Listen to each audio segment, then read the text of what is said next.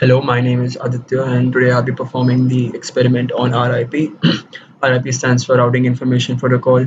It's a routing protocol based on the distance vector algorithm. The objective of this lab is to configure and analyze the performance of the RIP model. A quick overview about why are we doing this and what are routers, what are forwarding tables, and why do we need an algorithm to do our routing. A router in the network needs to be able to look at a packet's destination address and determine which of the output ports is the best choice to get the packet to that address.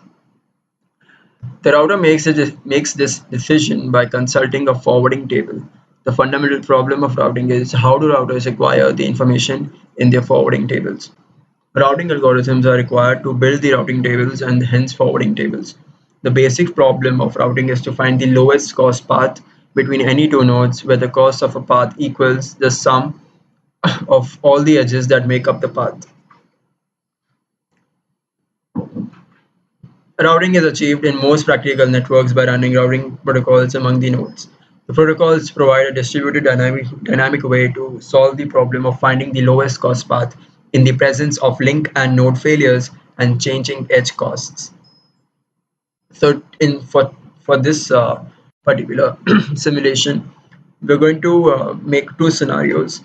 One would be a no failure scenario where everything will work just fine. Every there will be no link failures and uh, all packets will reach through every link. Like all links will be up. On the other hand, we'll make a scenario called failure scenario where we'll fail one of the links. So and then we'll see how the routing tables change at each router because of that failure. So starting off, we create a new project. Uh, so it's simple steps to be followed here, clicking on naming your project and selecting naming your scenario, selecting campus as your network scale. Next, we proceed towards creating and configuring the network. So this this is what we have to make. So I have four routers here, and to each router I have two LANs connected. Now each LAN can have many like in this case you can see they have depicted it to have six. It can have any number of computers. So yeah, so these are our LANs. Each router is connected to two LANs. We are making use of 100 base T links to connect the objects. So these are the 100 base T links, whereas these are my triple P DS3 links. ST basically has a data transfer rate of 100 Mbps. We are using the ETH 4 slip gateways, which are they are efficient. They are serial inline interfaces. Next, we are using 10. We are using 100 base T links to connect my routers to the LANs here, and I'm using the triple PDS3 links to connect my routers. So, okay, so triple PDS3 has a transfer rate of 44.7 Mbps, and my 100 base T links have a transfer rate of 100 Mbps. Next, I'm going to choose my individual statistics. So I want to see the global statistics. In that, I want to see RIP, and I want to see traffic received and my traffic sent in bits per second. Also, we want the node statistics, like total number of updates. So you want to see how many times your the routers update their tables. That's it. Click on OK. Now next I'll run. Okay, I just want to change my duration to 10 minutes, and my next I'm going to I'll set my duration to 10 minutes. Yeah, okay. Now expand the IP hierarchy and change the dynamic routing protocol to RIP, which won't be set by default, and the addressing mode to auto addressed /export. Also, my simulation efficiency needs to be set. Here I'm looking at uh, I'm looking at I'm looking at RIP sim efficiency, and in that I'm going to disable it Now why? Because if we keep it enabled, RIP will stop after the RIP stop time, but we need the RIP to keep updating the routing table in case there is change in the network, as we will see in the second scenario. So I'm going to click on OK, or in this case apply, and close the window. Then I'm going to duplicate the scenario. So this scenario was no failure. We were assuming that there would be no failures in any of the links. Everything would run smooth. Now you're going to make a new scenario, which I've already made. So I'm just going to switch to that failure scenario. Now in this, first of all, I'm going to click on command palette, go to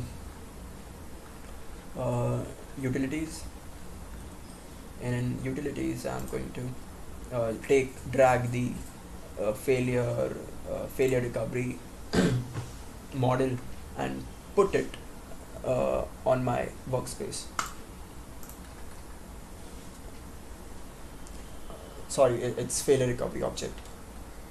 Now next I'm going to configure the failure recovery object. Click on edit attributes. Okay, link failure and recovery specification. Now here I'm going to set the number of rows to 1, and I'm going to specify which link I want to fail. So I want to fail the link between router 2 and router 1. So you can choose there's a list here. You can choose which link you want to fail. I can fail more links as well. Now 200, I'm setting the time as 200 seconds. This means that 200 seconds into the simulation, my this link is going to fail. That's why I have kept the status as fail. Click on OK. Now moving on. Okay, now I'm going to run the simulation so we can see the results. I'm going to click on run.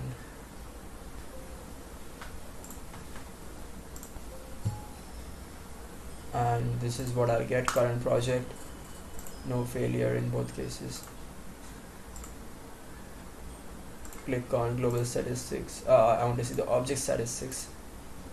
If I click on route table and total number of updates. So as you can see here, I'm going to change it to a bar chart. The bar chart would look something like this.